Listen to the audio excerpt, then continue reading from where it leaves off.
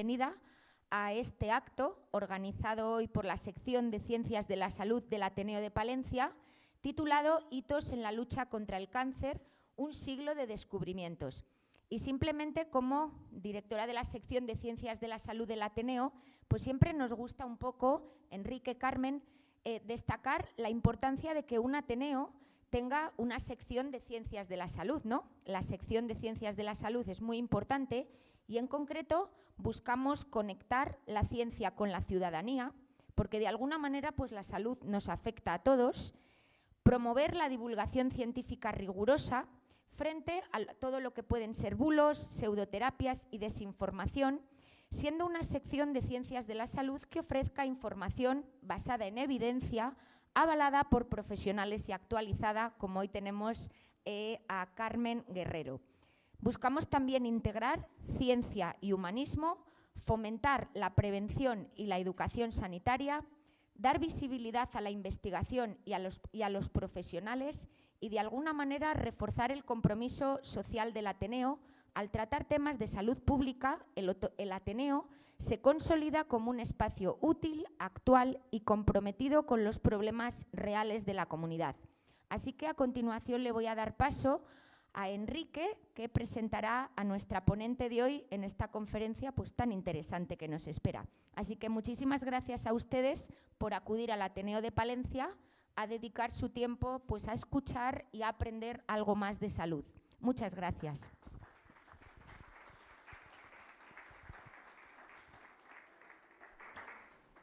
Hola amigos, hoy tenemos la suerte de contar en el Ateneo de Palencia con la doctora Carmen Guerrero. La doctora Carmen Guerrero es una mujer de méritos. Su primer mérito es ser palentina. Luego vienen muchos más. Doctora en microbiología por la Universidad de León, investigadora varios años en Bethesda y en Chicago, y a la vuelta ya a Salamanca. Recalamos en Salamanca, en el Centro de Investigación del Cáncer, en la universidad donde eres catedrática, y dirige su propio grupo de investigación y da clases en el grado de farmacia. Veréis, hay uno de los grupos de investigación de la doctora Carmen Guerrero que tiene un nombre para mí especial y que define lo que vamos a ver hoy. Os lo leo. Grupo de investigación. Mecanismos de señalización en enfermedades cardiovasculares y otras patologías. 2 puntos. De la investigación básica a la clínica. De la investigación básica a la clínica. Esta es la palabra clave, amigos, la palabra mágica, clínica. Es una palabra preciosa. La clínica no es más que la parte práctica de la medicina. No hay conocimientos inútiles, pero no todo el conocimiento que acumulamos, no todo el conocimiento disponible, tiene luego una traslación práctica. En otras palabras, no sabemos qué hacer con tanto conocimiento. Por eso hay médico, médico clínico, psicólogo, psicólogo clínico, bióloga, bióloga clínica. Pues precisamente de eso, de coger los avances y los descubrimientos en investigación y usarlos de manera práctica para benefactar a la humanidad, nos va a hablar Carmen Guerrero. Bienvenida, Carmen, adelante. Muchas gracias, Enrique. Bueno, una pequeña puntualización. Este grupo del que ha hablado Enrique es un gran grupo que engloba a los investigadores más básicos, a los translacionales como yo, que digamos que no llegamos al paciente, nos quedamos un poco en el modelo de ratón, y luego a investigadores clínicos. Pero es verdad que todos nos necesitamos al final pues, para, digamos, completar lo que es el ataque o a las enfermedades, porque claro, los clínicos y la investigación básica pues tampoco tendrían las herramientas o los conocimientos para luego pues, poder diseñar todas las terapias, etcétera, ¿vale? Bueno, pues dicho esto, muchas gracias, Enrique, por tus palabras. Y bueno, quiero dar las gracias al Ateneo, por supuesto, por haberme dado la oportunidad de dar esta charla aquí hoy. Es una charla que, bueno, yo llevo más de 30 años trabajando en cáncer y, bueno, he sido testigo de muchas de las cosas que os voy a presentar aquí, ¿vale? Es como un recorrido, digamos, a todos los descubrimientos que se han hecho sobre el cáncer, que lógicamente pues tienen donde mayor avances ha habido ha sido en el siglo XX, como en todas las cosas prácticamente, pero bueno, que es una historia bastante bonita. Y bueno, tenía yo la idea de esta charla hace tiempo, José Félix lo sabe, porque yo ya le había dicho, pues tengo ganas de dar una charla y demás. Y bueno, pues hoy, gracias a Dios, pues ya lo he hecho realidad gracias a vosotros. Bueno, pues sin más voy a empezar. El título de la charla, como veis, es esto: Hitos en la lucha contra el cáncer, un siglo de descubrimientos. Y en primer lugar, ¿por qué hablar de cáncer? Vale, una cosa es que yo me guste, ¿vale? Trabajo en ello y tengo especial interés, pero yo creo que también la charla está justificada porque, no solo porque me guste a mí hablar de esto, sino porque el cáncer es la segunda causa de muerte en el mundo, ¿vale? Incluso en España es ya la primera. En el año 2024 ya superó a las enfermedades cardiovasculares, que digamos que es la primera causa de muerte en el mundo. Vale, entonces, como veis en este mapa de incidencia, el cáncer de mama es el más frecuente, seguido el de pulmón, cuello de útero, también, aunque no está aquí reflejado, pues el de próstata también es muy frecuente. Pero curiosamente, si veis, en España el más frecuente es el de colon, ¿vale? Seguido el de mama.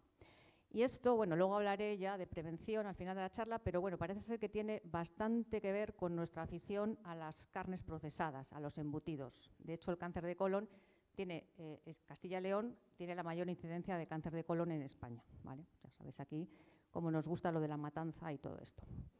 Bueno, lo primero que hay que decir es que el cáncer es una enfermedad del envejecimiento, ¿vale? Si nos fijamos en esta gráfica, vemos que aquí abajo tenemos la edad de las personas, 4 añitos, 5, etcétera, hasta 80, 84, y aquí los porcentajes. Entonces, vemos que los niños, y lo sabemos, los niños, los jóvenes, los adolescentes, los jóvenes no tienen prácticamente, no hay incidencia prácticamente de cáncer, ¿vale? Es muy baja. Pero a medida que envejecemos, sobre todo a partir de los 40, 50, se dispara la probabilidad de tener cáncer, ¿vale? Y bueno, pues a los 70, 80 veis que ya es mucho más alta, curiosamente un poco más alta en hombres que en mujeres, y esto es, lógicamente, bueno, pues porque, como digo, el cáncer está asociado al envejecimiento y afortunadamente la esperanza de vida está aumentando y por eso aumentan los casos de cáncer. Todos sabéis que el cáncer puede aparecer en cualquier sitio, todos sabemos que el cáncer, pues hay cáncer de huesos, osteosarcoma, de cerebro, o glioblastoma, o meningiomas, etcétera, de piel, de tejido blando, lipomas, sarcomas, de colon, de pulmón, de mama, etcétera. Y en casi todos estos casos, el cáncer se manifiesta como un bulto, ¿vale? Todos sabemos lo que es el cáncer, es un bulto que aparece en un tejido, en un órgano, y que ahí no tendría que estar, ¿vale? Un bulto anómalo. Muy bien. Pero, ¿qué es el cáncer entonces? ¿Qué es ese bulto que aparece? Que tanto nos perturba. Bueno, lo primero que hay que decir es que el cáncer es una enfermedad genética. Y aquí sí que me vais a perdonar, pero voy a dar unas nociones muy básicas de biología para poder entenderlo, ¿vale? Todos sabemos que estamos formados de células. Todos los tejidos, todos los órganos son pequeñas unidades de lo que llamamos células y que las células tienen un núcleo donde está la molécula de ADN, que seguro que os suena a todos, el ADN, ¿vale? El ADN viene a ser como el disco duro de una célula, el que contiene las instrucciones para que una célula funcione, ¿vale?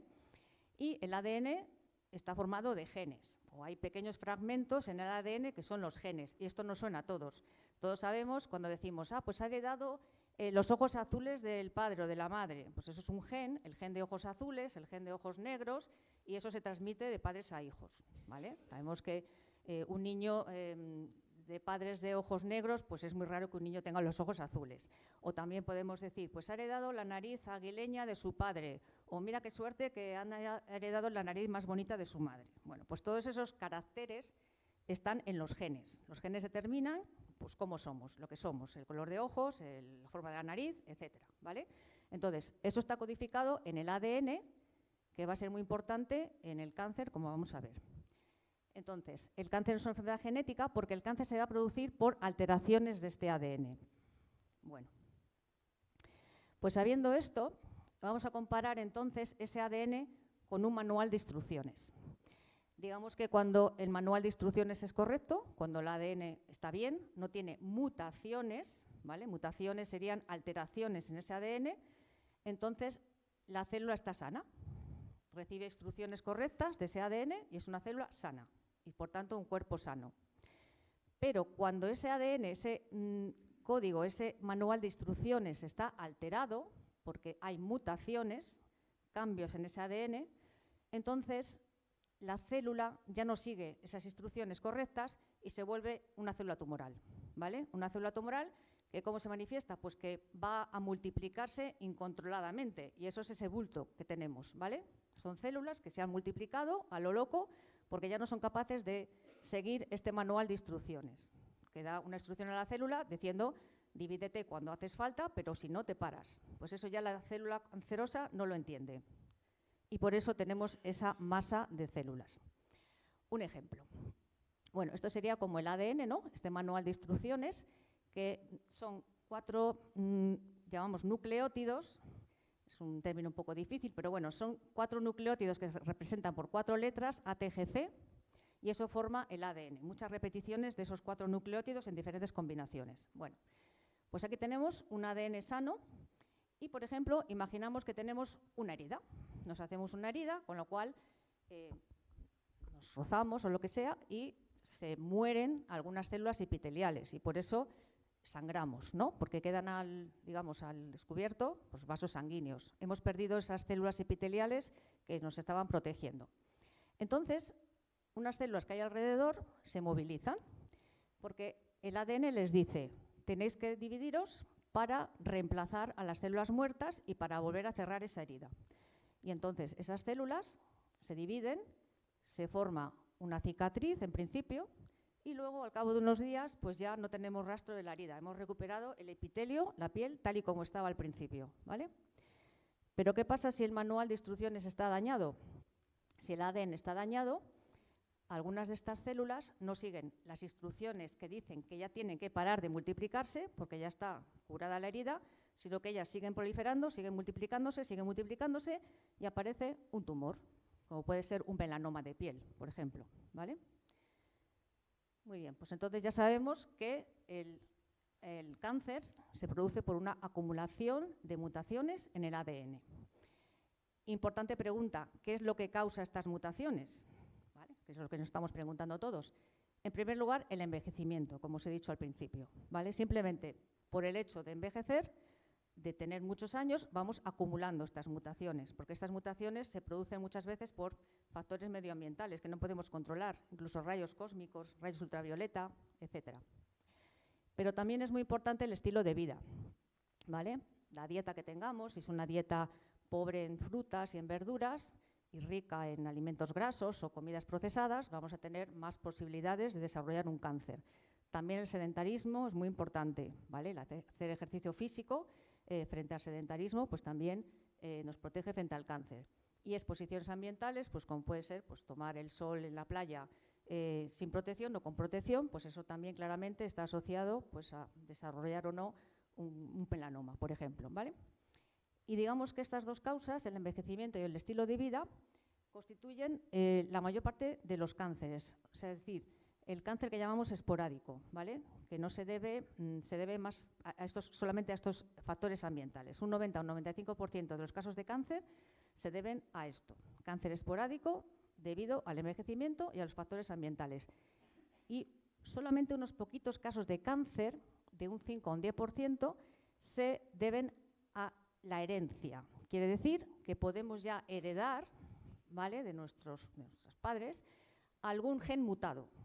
Y por tanto vamos a tener una mayor predisposición a tener ese cáncer, ¿vale? Como por ejemplo los cánceres infantiles, muy frecuentemente es porque ya los niños han heredado una copia mutada de algún gen y entonces pues desarrollan el cáncer mucho más pronto, ¿vale? Entonces, pero como digo, son unos pequeños casos solamente. Bueno, y ya sabemos mucho sobre el cáncer y ahora entonces es cuando voy a empezar un poco a hablar de la historia. ¿Cómo se ha sabido todo esto? Y es ahora cuando voy a hacer un recorrido. Y lo primero que voy a decir os va a sorprender. Y es que el cáncer ha acompañado a la humanidad desde el inicio de su historia. Digamos que el cáncer tiene unas raíces ancestrales. acompaña al ser humano desde la antigüedad. Y de hecho, aquí os presento este hueso fósil que tiene casi 2 millones de años de antigüedad y es el primer cáncer detectado. Es un fósil de un hueso con un osteosarcoma, ¿vale? Es decir, estamos hablando de un homínido. Fijaos que el Homo sapiens, que es el hombre actual, tiene 300.000 años y este hueso tiene 1,7 millones de años. Estamos hablando de un ancestro, muy ancestro del humano, ¿vale? También es muy famosa este cráneo del llamado hombre de Eisenheim, que tenía vivió, mejor dicho, hace 365.000 años. Es un preneandertal, ¿vale? Los ancestros que teníamos en Europa antes de que llegase el Homo sapiens, y se piensa que este hombre sufrió un meningioma, sí, mamá, como lo que tuviste tú. Un meningioma, que es un tumor benigno de las meninges, pero que, pues por la deformación que tiene el cráneo, se supone que este hombre padeció este tipo de tumor. Y luego existe el famoso papiro de Edwin Smith, que es este hombre el que descubrió el papiro, pero el papiro tiene casi 5.000 años, es de 2600 a.C., que se considera el primer tratado médico de la historia. Y en él se describen ya 8 casos de cáncer de mama, ¿vale? Bueno, también tengo que decir que también se han encontrado casos de cáncer en momias egipcias, pero muy pocos. Es decir, de las aproximadamente he leído 1000 momias que se han estudiado así con detalle, solo unas poquitas presentan cáncer. O sea que, digamos que, aunque el cáncer está presente desde el inicio de la antigüedad, pero los casos de cáncer de la antigüedad son muy escasos, precisamente por la corta esperanza de vida que tenían pues, los humanos de aquella época. Fijaos que un egipcio de vida media alta, o socialmente de alta sociedad, por así decirlo, pues vivía entre 40 y 50 años. Y un egipcio de clase media baja pues no llegaba a los 25 o 30, con lo cual, como digo, siendo el cáncer una enfermedad asociada al envejecimiento, pues es lógico que fuera tan poco frecuente en aquella época. ¿Cuándo se empiezan a disparar los casos de cáncer? Bueno, disparar no como actualmente, pero bueno, ya empiezan a subir, digamos. Pues curiosamente esto está ligado a la revolución industrial. En la segunda mitad del siglo XVIII se empiezan a construir fábricas por todo el mundo, aparecen las fábricas, y esto contamina el ambiente.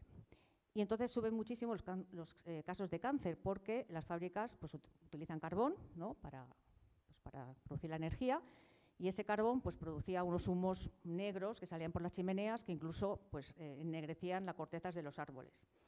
Y a partir de aquí sube, como digo, la incidencia de cáncer, sobre todo la incidencia de cáncer infantil, porque los niños se utilizaban de deshollinadores. Debido a su pequeño tamaño, eran los únicos que podían caber por las chimeneas que había que limpiar continuamente. Y claro, muy frecuentemente estos niños estaban incluso desnudos para que con la ropa no se enganchasen en las chimeneas. Pues imaginaos estos niños impregnados de todas esas sustancias cancerígenas derivadas del carbón, que claro, pues no iban luego a su casa a ducharse, como hoy en día se puede pensar, sino que tenían aquello impregnado pues continuamente. Y entonces aumentó mucho el cáncer en niños, sobre todo el cáncer de escroto. Esto prueba que el cáncer, como he dicho, es una enfermedad del envejecimiento, pero también es una enfermedad del ambiente, como he dicho al principio, ¿vale? Las condiciones ambientales, las contaminaciones de las ciudades, todo eso influye en el cáncer, como demostró la incidencia de cáncer en la revolución industrial. Por tanto, hasta ahora, ¿qué sabemos? Que el cáncer no es una enfermedad moderna, que nos acompaña desde siempre, pero que la incidencia del cáncer ha aumentado a lo largo de la historia. Y esto es lo que muestro aquí, antigüedad, edad media, edad moderna, y se dispara desde la revolución industrial y sigue creciendo en la actualidad. Fijaos qué crecida más grande. Y esto es así porque a partir del siglo XX, pues claro, mejora muchísimo la esperanza de vida, también porque cada vez tenemos peor estilo de vida, sobre todo la alimentación, ¿no? Cada vez comemos peor y esto incide muchísimo en el cáncer. Y también, por supuesto, por las mejoras en el diagnóstico. A lo mejor había casos de cáncer antiguamente, o bueno, no tanto antiguamente, siglo XVIII, XIX, la gente se moría de cáncer, pero no se sabía de qué se morían, no estaba diagnosticado correctamente. En cambio ahora pues ya tenemos muchas herramientas para diagnosticar el cáncer y por eso también eso cuenta para que haya más incidencia. Bueno, volvemos a la antigüedad y esto también nos va a sorprender. La palabra cáncer ya la acuñó un médico de la antigüedad que se llama Hipócrates, que se puede considerar como el padre de la medicina. era un médico griego que vivió en el siglo V a.C. y es el que dio el nombre a la enfermedad. Cáncer significa cangrejo en griego. De hecho, él utilizó la palabra carquinos. Carquinos es cangrejo en griego y de ahí viene carcinógeno, cáncer, ¿vale? Porque él pues se dio cuenta, o él le parecía, que los vasos sanguíneos que rodean a un tumor se asemejaban a las patas de un cangrejo y por eso le dio ese nombre al cáncer. Y además también porque muchas veces se observaba que los cánceres, los tumores estaban como bien agarrados ahí al tejido, tal como hacen las pinzas de un cangrejo que también se agarran ahí a la presa, ¿no? Fuertemente. Bien, entonces cáncer, como digo, es una palabra muy antigua, siglo V a.C. Lo que pasa es que tanto Hipócrates como luego Galeno, que también es un médico muy famoso de la antigüedad, en este caso romano, pues creían en la teoría de los 4 humores. Eso era para ellos lo que explicaba la diferencia entre enfermedad y salud. Es decir, para ellos la salud era un equilibrio entre 4 humores, que eran la bilis amarilla, la bilis negra, la sangre y la flema. Y cuando había una enfermedad es porque había un desequilibrio entre estos humores, ¿vale? Y de hecho ellos explicaban el cáncer como un exceso de bilis negra. Es lo que ellos creían que pasaba, ¿vale? Esto tan erróneo, esto no es lo malo, que tuvieran estas ideas en aquella época, que se puede entender, sino que esta idea de los 4 humores, o esta teoría, persistió 2000 años, ¿vale? Durante 2000 años la medicina prácticamente no avanzó. Y esto en parte fue culpa de los tabúes religiosos que impedían hacer autopsias, por ejemplo, con lo cual no tenían ni idea de lo que había dentro del cuerpo humano. Todo lo que os digo del cáncer de la antigüedad que se sabía, en la forma de cangrejo, etcétera, se basaba en cánceres superficiales, porque ellos no tenían ni idea de los cánceres internos, no, ni idea, vamos, de cómo era aquello. Fijaos, 2000 años, hasta el siglo XVI, en que un médico, Andreas Vesalius, es el primero que empieza a practicar autopsias y claro, pues cuando abre un cadáver se ve que ahí no hay ningún fluido negro, ni amarillo, ni nada que se le parezca, y empieza a cuestionar las ideas de Galeno y de Hipócrates. Pero ya en esta época, poco a poco, se empiezan ya, pues eso, a estudiar el cuerpo humano por dentro y empiezan a asociar, pues, enfermedades con hallazgos post-mortem, ¿no? Que sería la medicina forense. Pero no es hasta un siglo más tarde, Giovanni Morgagni, en el siglo XVII, el que es el primero que establece que el cáncer está localizado en un tejido específico. Es el primero que ve dentro del cuerpo dónde está el cáncer. Entonces, no, el cáncer no es ningún fluido. El cáncer es esta masa que vemos aquí que está pegada a este riñón o a este hígado, lo que sea, ¿vale? Entonces, bueno, vamos avanzando poco a poco. Claro, una vez que se sabe que el cáncer era esa masa que había ahí, pues ¿qué es lo primero que pensaron? Pues extirparla con cirugía. Digamos que la cirugía es como el primer tratamiento anticáncer que hubo, ¿vale? Extirpar ese tumor. Entonces, fue John Hunter el primero que extirpó tumores, se dio cuenta de que cuando el tumor pues no estaba muy firmemente agarrado, no tenía ramificaciones, pues se podía simplemente extirpar. Pero claro, hablamos del siglo XVIII. En el siglo XVIII todavía no existía ni la anestesia ni la antisepsia. Y claro, las cirugías eran verdaderas carnicerías, porque a lo sumo podían a lo mejor dormir al paciente dándole un copazo de algo, pero vamos, aquello, el hombre se movía todo el rato, pues claro, del dolor, entonces tenían que hacerlo muy rápidamente, coserle, y si alguno sobrevivía, luego se moría de una sepsis, de una infección, porque ni se lavaban las manos ni nada. ¿Qué es eso? No fue hasta el mediados del siglo XIX, fijaos, cuando se descubre la anestesia, primero con el éter, luego ya ha ido evolucionando, y sobre todo la antisepsia. Hasta el siglo XIX no caló la idea de que los microorganismos producían infecciones. Esto lo dijo Pasteur al principio, le tacharon de loco. Sí, una cosa ahí microscópica que ni se ve, ¿cómo eso va a producir ninguna enfermedad? Es una idea que tardó en calar, aunque no os lo creáis, ¿vale? Pero una vez que ya se demostró, pues ya pues empezaron ya a lavar el material quirúrgico con fenol y a lavarse las manos los cirujanos, y eso redujo drásticamente las muertes posoperatorias, digamos, por infecciones. Bueno, pues ya tenemos la cirugía como el primer tratamiento contra el cáncer, pero no fue hasta mediados del siglo XIX cuando este patólogo, Rudolf Virchow, fue el primero que demuestra que el cáncer es eso, una proliferación descontrolada de células, como os he dicho al principio, ¿vale? Fijaos que al principio yo os he dado unas pinceladas de todo lo que se sabe, y ahora es cuando he ido un poco estamos viendo en qué época se descubre cada cosa. Bueno, pues hasta mediados del siglo XIX no se llega a saber que esas masas que encontraban eran eso, células descontroladas que habían proliferado, acordaos, porque no seguían bien el manual de instrucciones, es decir, por mutaciones en el ADN. Todavía no se sabía esto de las mutaciones en el ADN, pero ya este médico, este patólogo, demostró que era eso, una proliferación incontrolada de células. Muy bien. Y luego ya llegamos al siglo XX. Digamos que en el siglo XX ya nace una visión científica del cáncer, se empieza a investigar, como muchas otras cosas, empiezan a aparecer laboratorios por todo el mundo.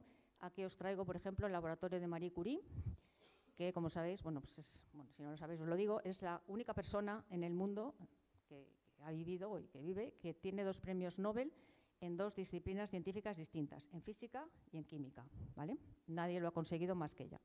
Bueno, Marie Curie, además, es la que descubrió la radiactividad. Y eso es muy importante porque ella fue la precursora de las radiografías, que todos nos hacemos, alguna vez nos hemos hecho, y sobre todo de la radioterapia, que va a ser el segundo tratamiento contra el cáncer. ¿Por qué? Porque se descubre que la radioterapia mata más rápidamente a las células tumorales que a las células normales, ¿vale? Entonces, se empieza a utilizar la radioterapia ya a principios de siglo. Y también en este periodo, en esos primeros 50 años, es cuando se descubre inequívocamente la relación entre tabaco y cáncer. Inequívocamente.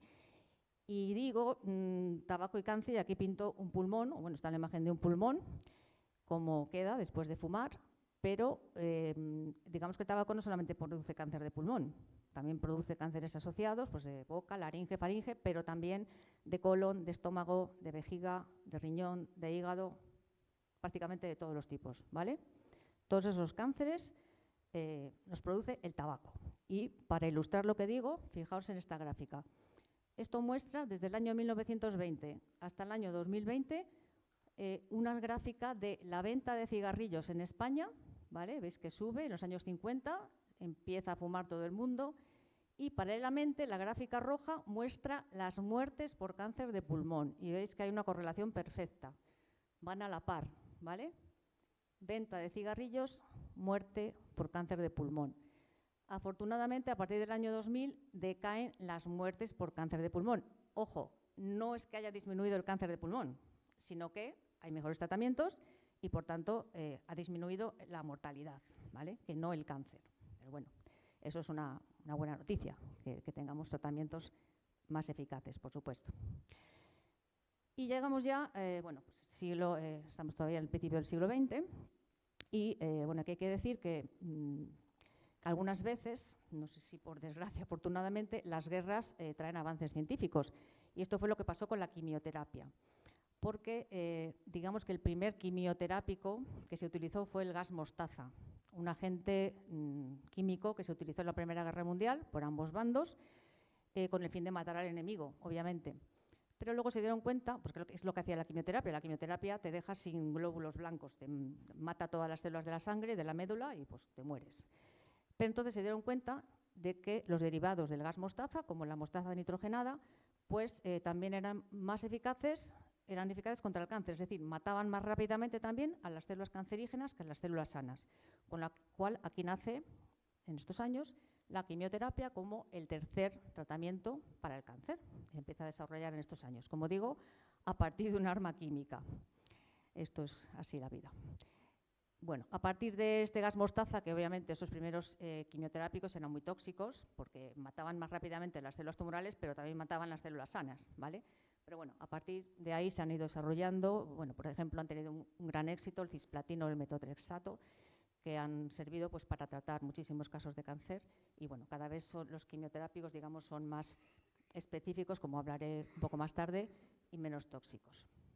Y bueno, es curiosa esta imagen de los soldados de la Primera Guerra Mundial con estas máscaras horrorosas, y bueno, la utilizaban obviamente para protegerse del gas mostaza. Bueno, y llegamos al año 1953. Fijaos que en las otras diapositivas he ido poniendo periodos, pero es que aquí pongo el año 53 porque es exactamente este año el que marca un antes y un después en biología, digamos, porque en este año se descubre la estructura del ADN, esta molécula que os he comentado, que es la clave del cáncer. Ya en el siglo XIX, a mediados, Friedrich Meissner había encontrado o había descubierto que el ADN, esa molécula que estaba en el núcleo de las células, o había una molécula, mejor dicho, en el núcleo de las células, que él ya había descubierto que era la que contenía la herencia, ¿vale? La herencia, lo que transmite, los caracteres de padres e hijos, etc. Y él llamó a esta molécula nucleína e incluso la purificó, como veis aquí. Pero no se sabía cómo era esta molécula, hasta el año 1953, en el cual Francis Crick, James Watson, Rosalind Franklin y Maurice Wilkins, todos ellos contribuyeron en alguna medida, descubrieron la estructura del ADN. Y entonces vieron que el ADN era una doble hélice, como veis aquí, con esta forma, formada por nucleótidos, etcétera, y que mutaciones, entonces a partir de aquí ya fue más fácil deducir que mutaciones en esta doble hélice pues producían cáncer. Entonces, a partir de aquí pues ya se suceden, digamos, bueno, de la segunda mitad del siglo XX, digamos, ha sido como una revolución gracias a este descubrimiento. Entonces, a partir de aquí, pues ya, digamos que tenían las bases para comprender cómo las mutaciones en el ADN producen el cáncer. Pero claro, ¿mutaciones dónde? ¿En todo el ADN? ¿En todos los genes? ¿O solo en algunos? Para contestar esta pregunta, nos vamos de vuelta al principio del siglo XX. Porque en este año, 1911, este investigador, Peyton Rose, descubre que hay virus que producen cáncer. Él lo demostró con un virus que producía sarcoma en pollos, un cáncer en pollos, ¿vale? Por supuesto, nadie le creyó. En 1911 decir que un virus podía producir cáncer, pues pobre hombre, vamos, que no le creyó ni el tato. Y tuvo que esperar 55 años exactamente a que otros demostraran lo mismo, y entonces ahora sí le dieron el premio Nobel, con 80 y pico años, que casi no lo cuenta. 55 años tardaron en reconocer el valioso descubrimiento que había hecho Peyton Rose.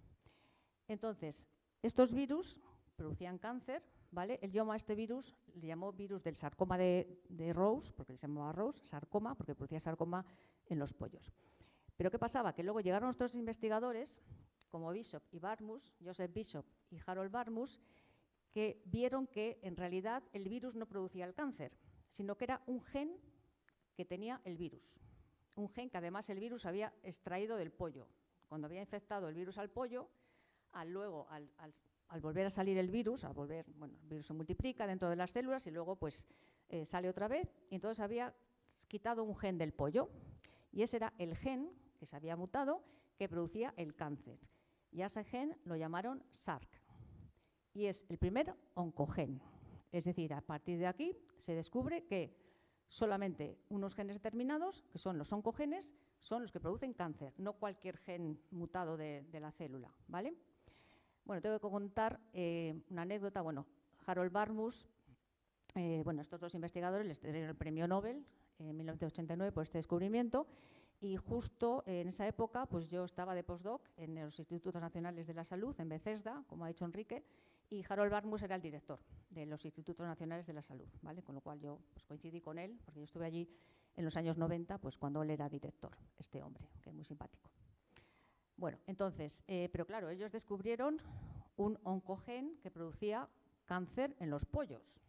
Todavía no se sabía nada del humano, pero claro, parecía lógico pensar que el cáncer humano pues tuviera un origen parecido, que también fueran oncogenes específicos que produjeran esos tumores. Y entonces, esta batalla la ganó, igual os suena este hombre, Barbacid, que es una eminencia, o sea, es un científico de muchísimo prestigio español, que está en Madrid, pero él tenía un equipo de investigación en aquellos años también, en los años 80, en Estados Unidos, ¿vale? Y fue su equipo el que descubrió el primer oncogen humano, es decir, el que demuestra, concretamente en un cáncer de vejiga, que este cáncer de vejiga está producido por mutaciones en un gen que llamaron RAS, ¿vale? El gen RAS, por tanto, es el primer oncogen humano, y lo descubrió un español, él, que se sepa. Muy bien, bueno, pues a partir de aquí, pues ya en los años 80 fue una locura, todo el mundo investigando todos los oncogenes, claro, pues la gente pensaría que habría más. Entonces, bueno, es cuando se descubren ya en este periodo todos los genes que producen cáncer. que son dos tipos, dos genes clave, oncogenes y otros genes que se llaman genes supresores, pero que el resultado es el mismo.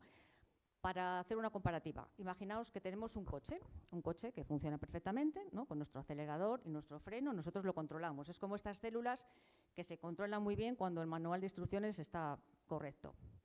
Bueno, pues ahora imaginaos que el acelerador se nos queda para adentro y no podemos quitar el pie de ahí. Entonces el coche acelera todo el rato. No podemos, digamos que algo está presionando el acelerador y no se puede parar el coche. Esos serían los oncogenes. Cuando un gen muta y se convierte en un oncogen, pues hace ese efecto, ¿no? De proliferar la célula todo el rato activa. Bueno, pues un gen supresor es lo mismo, pero al revés.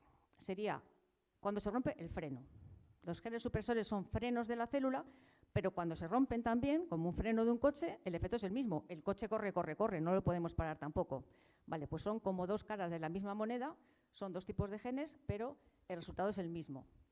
Bueno, pues curiosamente, ahora mismo ya prácticamente están, yo creo que ya no falta ninguno por descubrir, sobre todo porque ya está secuenciado el genoma humano y ya sabemos todo lo que hay.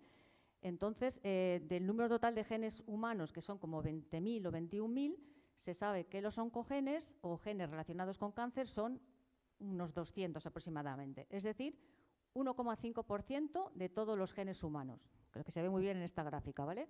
En naranja están todos los genes humanos y el 1,5%, este quesito estrechito azul, serían solo los genes relacionados con cáncer.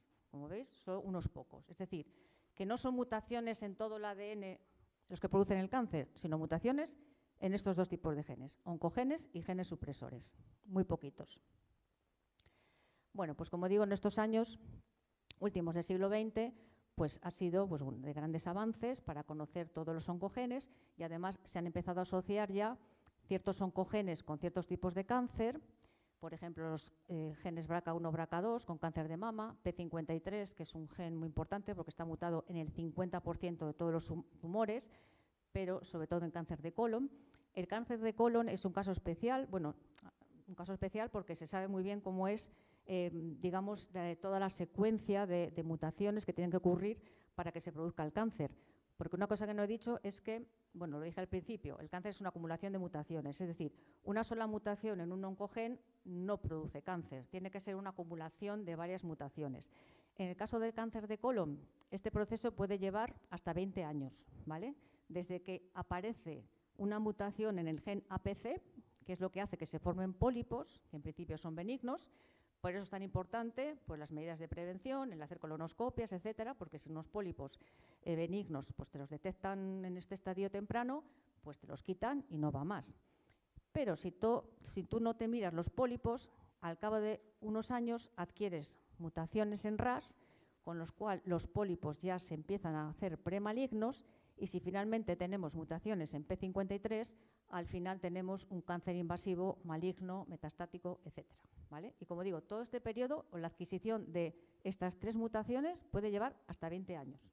Pero, como es muy lento, pues por eso el cáncer de colon se puede prevenir perfectamente haciendo pues, todas las iniciativas del Sistema Público de Salud, que es hacernos las colonoscopias, el sangrado en heces, etcétera.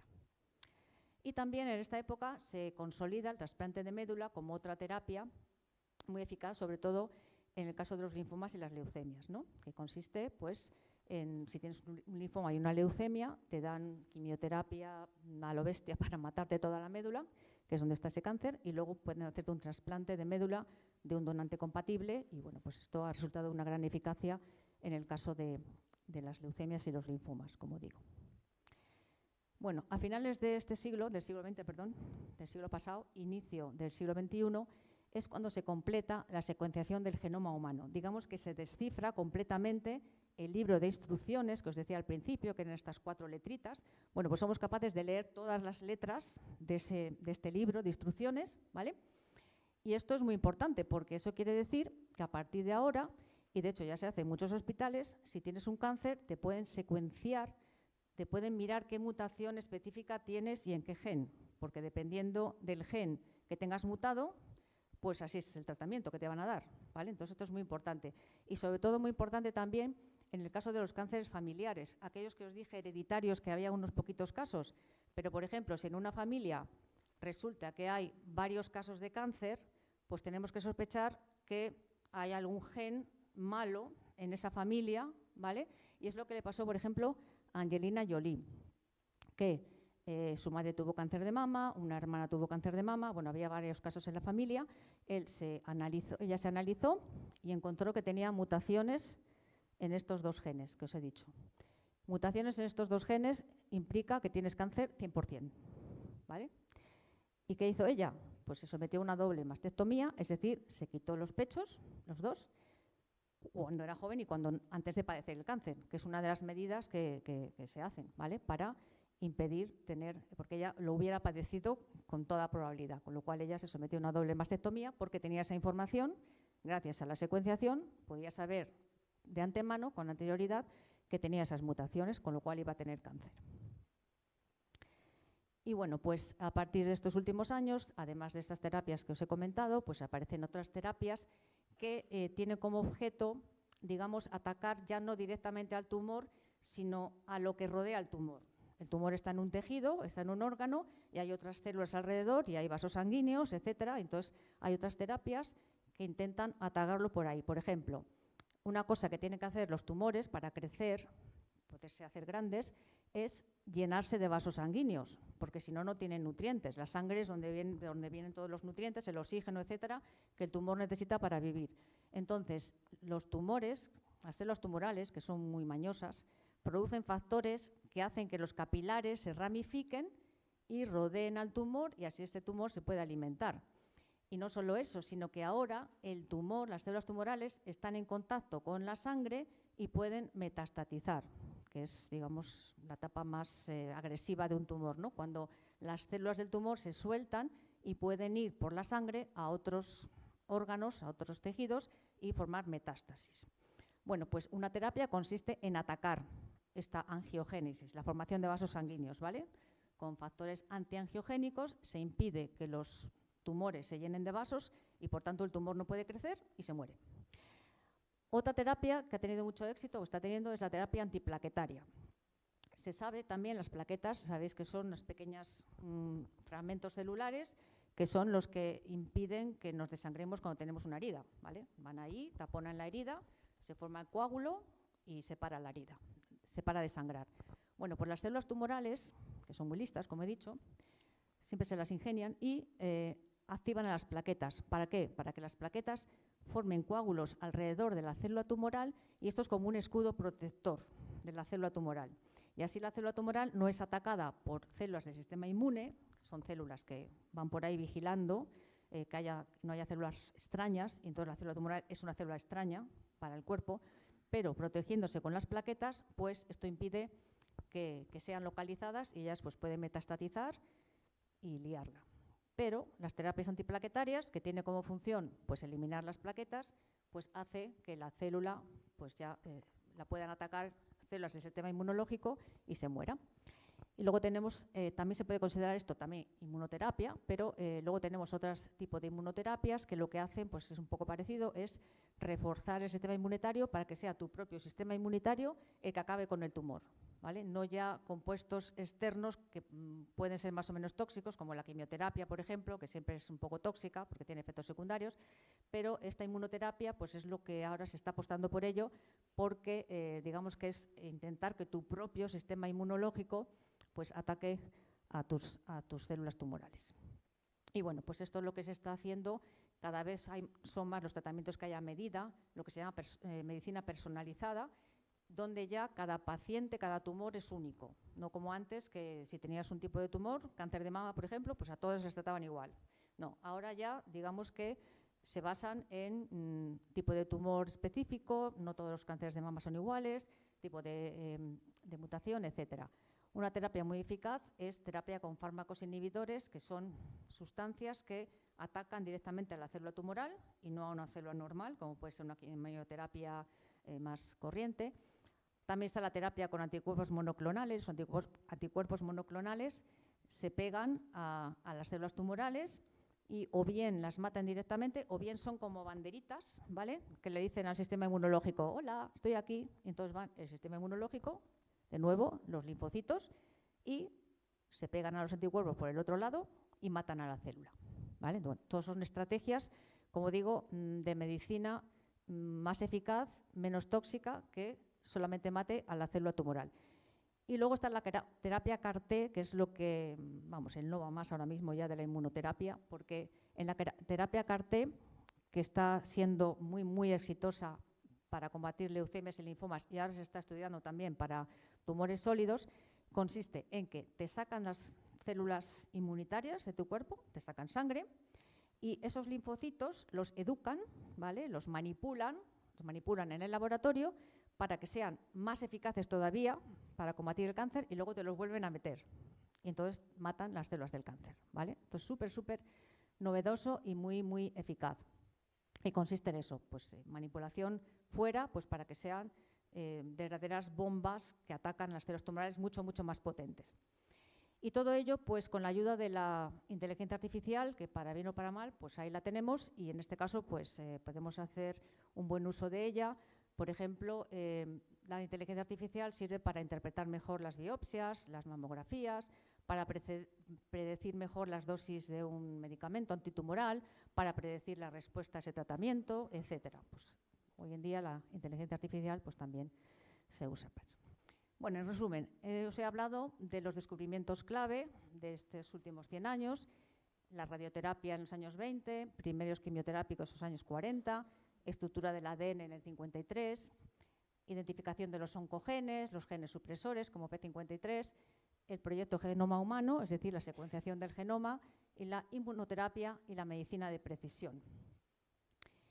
¿Y qué hemos logrado con todo esto? Pues fijaos, para poner algunos ejemplos, bueno, esto es un poco la evolución histórica de las terapias contra el cáncer desde los años 50 hasta 2020.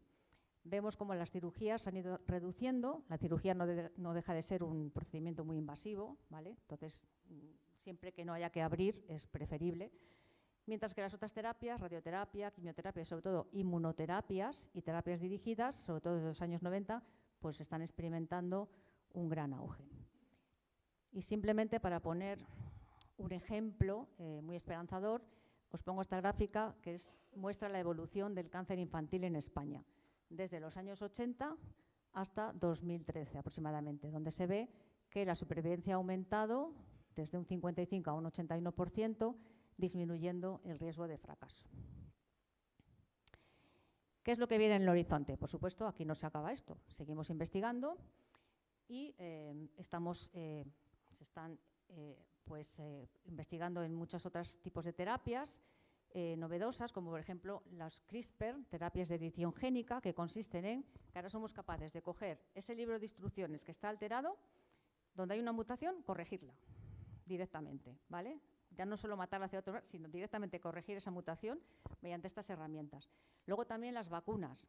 Ya tenemos vacunas contra el cáncer, aunque no se sepa, la vacuna de la hepatitis B es una vacuna eficaz contra el cáncer de hígado, ¿vale? También tenemos la vacuna del papiloma virus, que protege frente al cáncer de cérvix. Y se están investigando otras vacunas para ver si es posible vacunarnos contra algunos otros tipos de cáncer. Luego ahora por ahí está la investigación. También una parte muy importante es el diagnóstico precoz.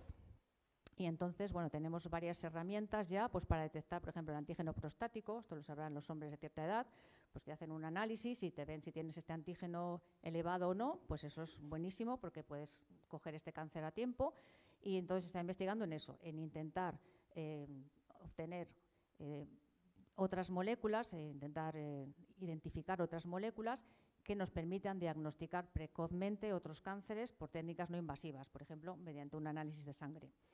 Esto es muy importante, por ejemplo, en el caso del cáncer de páncreas, que es el único cáncer prácticamente que no tiene curación y que además se coge siempre muy tarde, no avisa. Pues tener una herramienta que permita diagnosticar el cáncer de páncreas en un inicio, pues sería fantástico, ¿vale? Que es lo que está haciendo ahora, por cierto, el grupo de Mariano Barbacid. Y luego tenemos también el trasplante de células madre, que es un poco la idea del trasplante que os había contado, pero bueno, las células madres son unas células muy potentes, son muy escasas en el cuerpo, pero ahora tenemos herramientas para producirlas en mayor cantidad y bueno, pues son unas células con gran potencial porque son capaces de regenerar prácticamente cualquier tejido. Y bueno, finalmente quiero acabar con esta diapositiva en la que quiero hacer hincapié en la prevención. De hecho, hace poco escuché unas palabras a Mariano Barbaciz en una entrevista decir precisamente que si él tuviera 20 años menos, que en vez de invertir todos sus esfuerzos que ha invertido en las terapias contra el cáncer, lo invertiría en la prevención del cáncer. La prevención es la clave. ¿Por qué? Porque es que, como he dicho antes, el cáncer sobre todo son hábitos de vida, ¿vale? Es decir, el tabaco y el exceso de alcohol es que están detrás de casi todos los cánceres.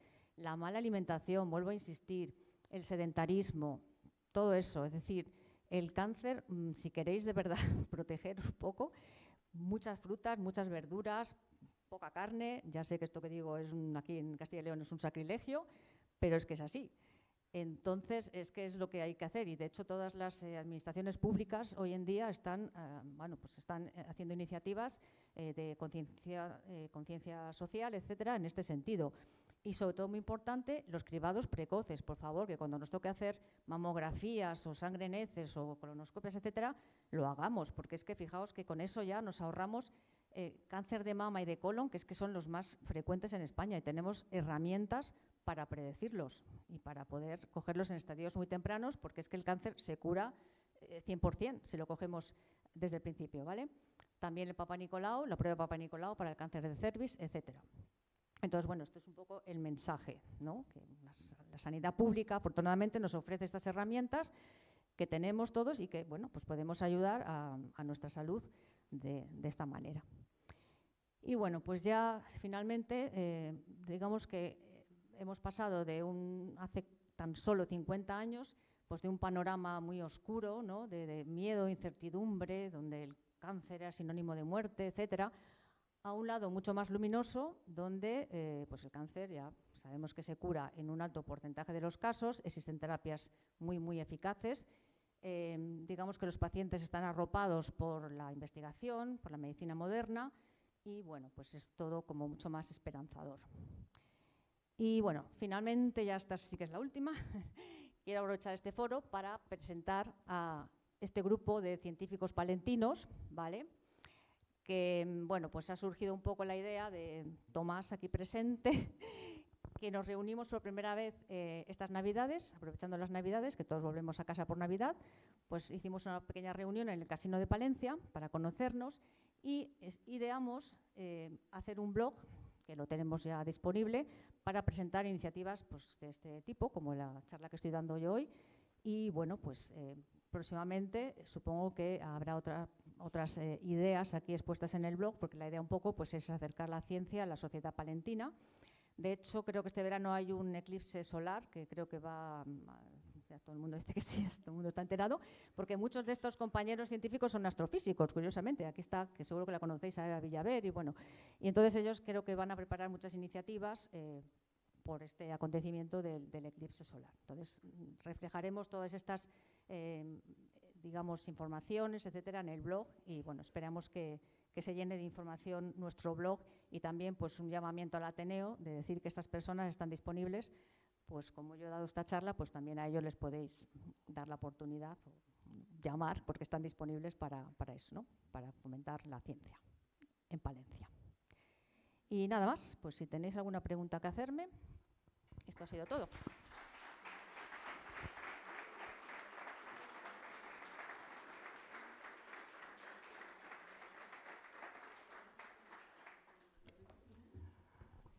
Muchas gracias, doctora. Bueno, tenemos reflexiones, sugerencias, alguna pregunta. Empiezo yo mientras calentamos los demás. Mira, podemos quedarnos con dos lemas. Del miedo a la esperanza es un lema bonito. Es un lema bonito sobre todo cuando hay una justificación, una argumentación científica detrás. Exacto. Y otro lema, sin duda, la mejor medicina es la preventiva. Exacto. Y aquí da igual que Exacto. hablemos de salud física que de salud mental. La mejor medicina es la preventiva. Mira, cuando has comentado el tema de medicina personalizada, ¿no? Porque hablamos de los desafíos, es decir, tenemos que conocer el pasado para entender el presente y mirar al futuro. Y hablamos de los desafíos, medicina personalizada, etcétera. Pero los desafíos implican muchos recursos técnicos, muchos recursos humanos Sí. y muchos recursos Ahí está el problema. en muchos ámbitos, ¿no? Entonces, ya no hablamos tanto de un reto biológico como de un reto bioético.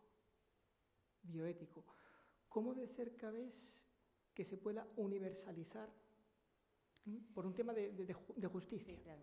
Es que esto de la medicina personalizada sobre el papel es muy bonito, pero claro, es carísimo, ¿vale? Porque, bueno, ya se ha ido abaratando lo de las secuenciaciones. De hecho, cada vez más en los hospitales existen secuenciadores y hacen lo que yo te digo, lo que os he comentado, ¿no? De secuenciar. Y hay para ciertas enfermedades, por ejemplo, yo colaboro con los clínicos del grupo que he comentado, y ya tienen como paneles de genes estándar que se miran siempre en ciertas leucemias, por ejemplo, o cánceres familiares que no saben muy bien el origen y tal. Pero claro, eso es muy caro. Entonces, para llevarlo a cabo así, digamos, en la seguridad social, que te secuencien y tal, pues todavía no es una realidad. Todavía queda mucho para eso, ¿vale? Sí que se puede hacer en algunos casos. Se hace sobre todo en casos de cánceres familiares, ahí sí que se mira, pero sistemáticamente a un paciente de cáncer hacerle todo esto, pues ahí todavía no llegamos a eso porque se necesita mucho dinero, se necesita mucha inversión, ¿vale?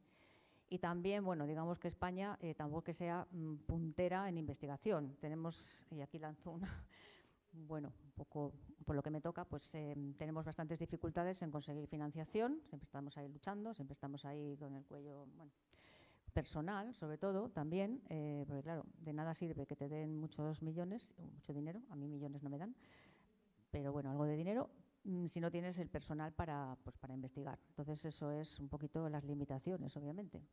Para poner un ejemplo, la vacuna del COVID se consiguió en 9 meses, ¿no? En 8 meses. Y decía, la gente no se fiaba porque decía, es una vacuna, qué mala, ¿cómo va a ser 8 meses si se tarda 10 años en conseguir una vacuna? Esta tiene que ser malísima. Y claro, todo eso, con los bulos que hay, pues imaginaos. Pero ¿qué pasa? La vacuna era buenísima. ¿Por qué se tarda 10 años? No porque la vacuna en sí, el desarrollo necesite 10 años, sino que necesita una serie de pasos que como no hay de esto y no hay personal, pues al final se tarda mucho en conseguir todos los pasos.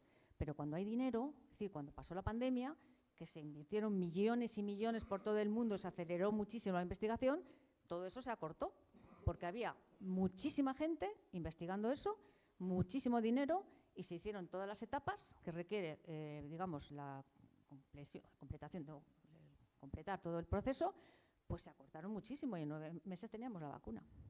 Si hay dinero, todo se puede hacer. Si hay dinero y personal. Eso es lo que pasó. No porque la vacuna fuera peor. Mientras tanto, mantenemos la esperanza. Claro, claro. No, por supuesto. Ahí seguimos. No, sí, afortunadamente.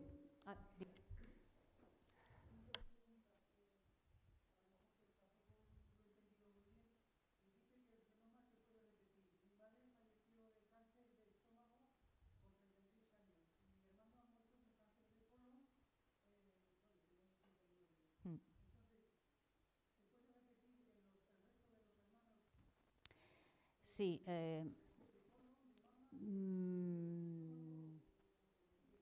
Pues ahí está la cosa. Bueno, a ver, cáncer de estómago y de colon está bastante relacionado. Y cuando es un cáncer familiar, como digo, hay genes candidatos que son por los que habría que empezar. Entonces, en todos los hospitales estaba el consejo bueno, una unidad de consejo médico, ¿cómo se llama? Consejo genético, perdón. Una unidad de consejo genético que si usted va con ese caso y les explica, pues además siempre te lo preguntan, antecedentes familiares, tal. Entonces, si ve que hay varios familiares que han tenido un mismo tipo de cáncer, pues te hacen unas pruebas genéticas para ver si tienen estos genes candidatos, que en el caso del cáncer de colon, pues son los que he dicho, APC, RAS y P53. Entonces, le miran las mutaciones, como el caso de Angelina Jolie. Y si ven que tiene mutaciones en los genes candidatos, pues entonces es cuando ya se mira, se harían los estudios pertinentes. Sí, el Consejo Genético, por ejemplo, en Salamanca existe una unidad de Consejo Genético que te hacen esas pruebas. Sí, es bastante fácil. Si usted me da los datos luego, yo le pongo en contacto con la persona, que lo conozco. Sí. No, eso simplemente es, tenemos las vacunas de la hepatitis B y del papiloma humano humano y ya está. No tenemos más vacunas, es decir, están en estudio. Todo eso está en estudio, ¿vale?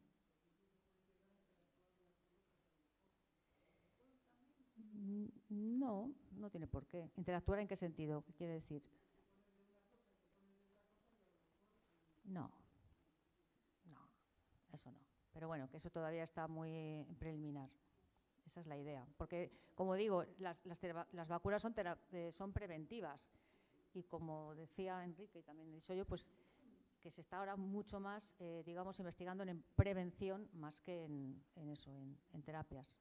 Entonces, las vacunas, claro, si se consigue una vacuna contra un tipo de cáncer que sea muy, muy frecuente, como el cáncer de mama o de colon, pues por supuesto yo me la pondría, vamos, está claro. Vale, muchas gracias. ¿Más preguntas, amigos? ¿Preguntas? Dígame usted, Elena.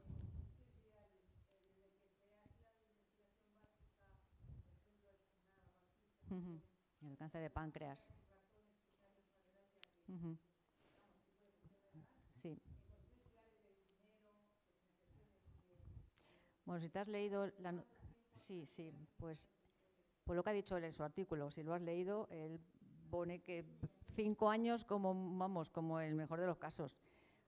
Lo ha dicho él mismo bueno, que además es que, claro, esto lo ha visto en ratones, que en ratones no es exactamente lo mismo que en humanos. Entonces, él mismo se ha dado cuenta que, claro, que lo que funciona en ratones puede que luego en el humano no sean estos 3 genes justo los que haya dicho él, que son los clave en el ratón, ¿no? Que es RAS, JAK2 y GFR. Pero puede que en el humano, pues el cáncer de páncreas no se produzca por estos 3 genes, o sea, no sean estos 3 genes las mejores dianas, ¿vale?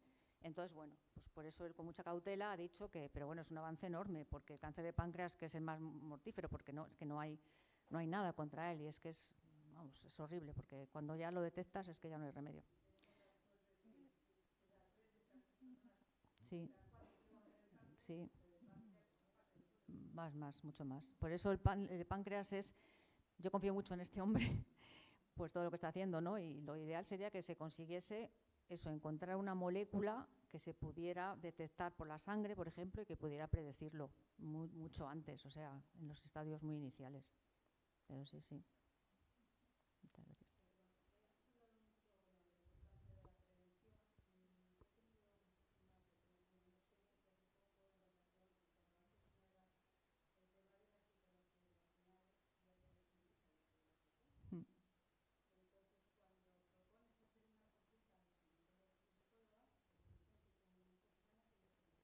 Ya, sí, yo sé también. Además ya no hacen, ya lo sé, eso yo no sé por qué pasó. Además ya no hacen ni las ginecólogas, solo hacen ahora las matronas ya. Sí. Ya se ha acabado el rango, vale, ya sí, vale. Ya. Eso ya son políticas de salud pública que yo ya no sé. Ellos son, esto claro, todo se basa en probabilidades.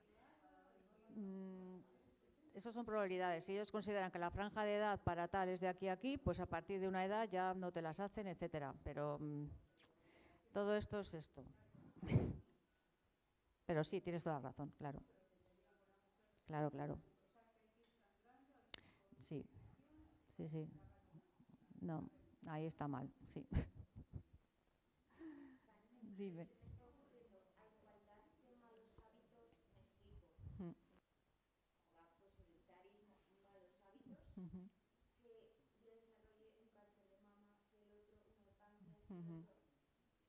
Es muy buena pregunta.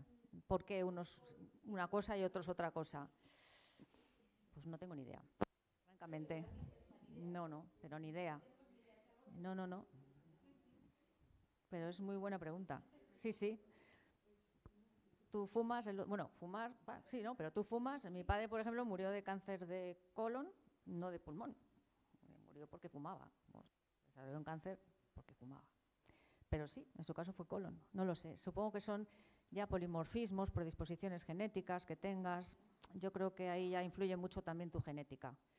Porque sí es verdad que, vale, no todos los genes producen cáncer, pero sí que tu genética de alguna manera influye, pues eso, los polimorfismos, que ya sería muy complicado explicar aquí, pero bueno, pequeñas diferencias que tenemos todos. y que pueden hacer que, por ejemplo, a mí el paracetamol no me hace nada y el ibuprofeno sí. Eso son ya cosas muy particulares. Eso, lo que tú dices, pues, ni idea, francamente. Pero vamos, el tabaco, todos. Eso sí.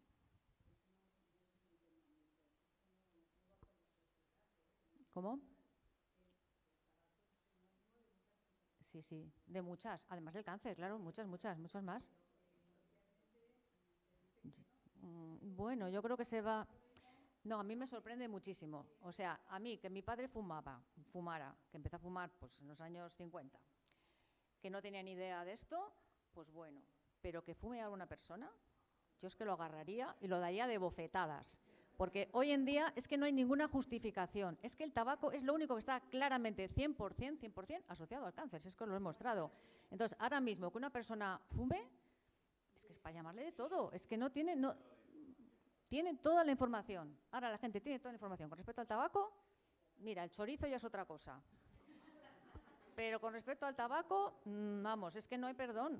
No hay. El alcohol está muy bien visto en el Exacto, sí, pero...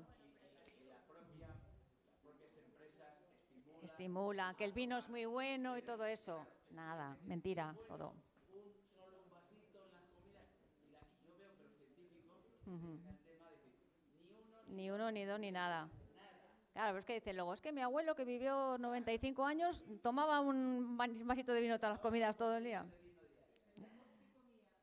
Claro, exacto, ¿qué comía? ¿En qué ambiente vivía? Igual estaba en el Prado todo el día, en el pueblo, ahí con el... Es que son muchas cosas. Pero no, el alcohol igual que el tabaco, igual de malo. O sea, ni uno ni medio. Está mejor visto socialmente, el vinito, pues está... Lo fomentan, ¿cómo vas a quitar eso? Si está muy rico, oye... A ver, con moderación. Bueno, es malo siempre, pero bueno. Un momento. Bueno, ¿Más cositas? Bueno, pues según los expertos, tienen que pasar 15 años para que tu probabilidad de tener cáncer se iguale a la de una persona que no ha fumado nunca. Eso es lo que dicen, ¿vale? Porque claro, también el cuerpo se limpia, se va regenerando. Si tú dejas de fumar, pues llega un momento en que si tienes suerte de que no te ha pasado nada y no has desarrollado ninguna enfermedad, pues tú llega un momento en que estás sana. Pero bueno, 15 años, ¿eh? Pero bueno, más vale tarde que nunca. Más vale tarde que nunca. no Lo olvide- importante es dejarlo. no Porque además olvide- no solo es el cáncer, sino también está asociado a muchas cosas, a enfisemas, a no sé, a un montón de enfermedades respiratorias, pulmonares, etcétera. Sí, no es bueno para nada.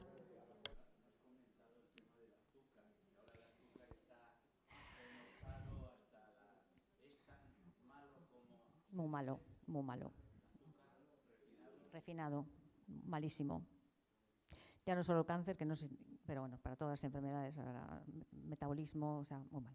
bueno, Azúcar permíteme- refinado, muy malo.